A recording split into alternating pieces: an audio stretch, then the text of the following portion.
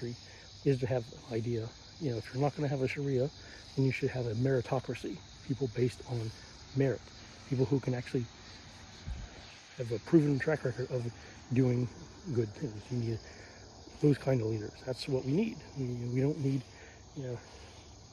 leaders who are just going to come in, work, for a year or two as a politician, then spend the rest of their life living in luxury, like most of these politicians do. They're in there, for maybe a couple years as a congressman or senator, and if they decide to no longer do it, they get a free ride for the rest of their existence.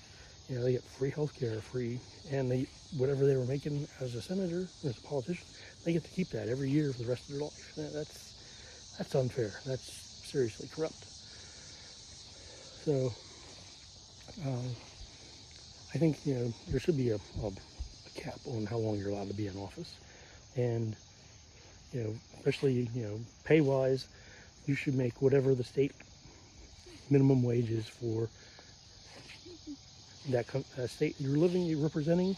That's what you should be getting paid, because it'll make you more a man of the people, or woman, and you'll be more interested in working for the benefit of the people that you were supposed to serve. You were supposed to serve them. They're not supposed to serve you. You were in that job to make their lives better, not worse. Not to make your life better while they all suffer.